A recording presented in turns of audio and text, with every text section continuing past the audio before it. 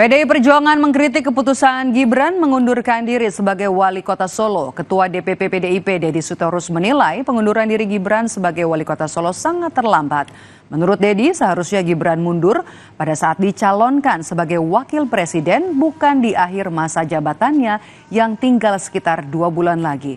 Bahkan Dedi menyebut pada saat kampanye Pilpres lalu Gibran pun tidak mengajukan cuti. Saya kira itu mundur yang terlambat karena harusnya etikanya Pak Gibran itu ya mundurnya waktu kemarin dicalonkan menjadi wakil presiden. Karena itu kan tugas yang maha berat yang perlu konsentrasi penuh gitu ya.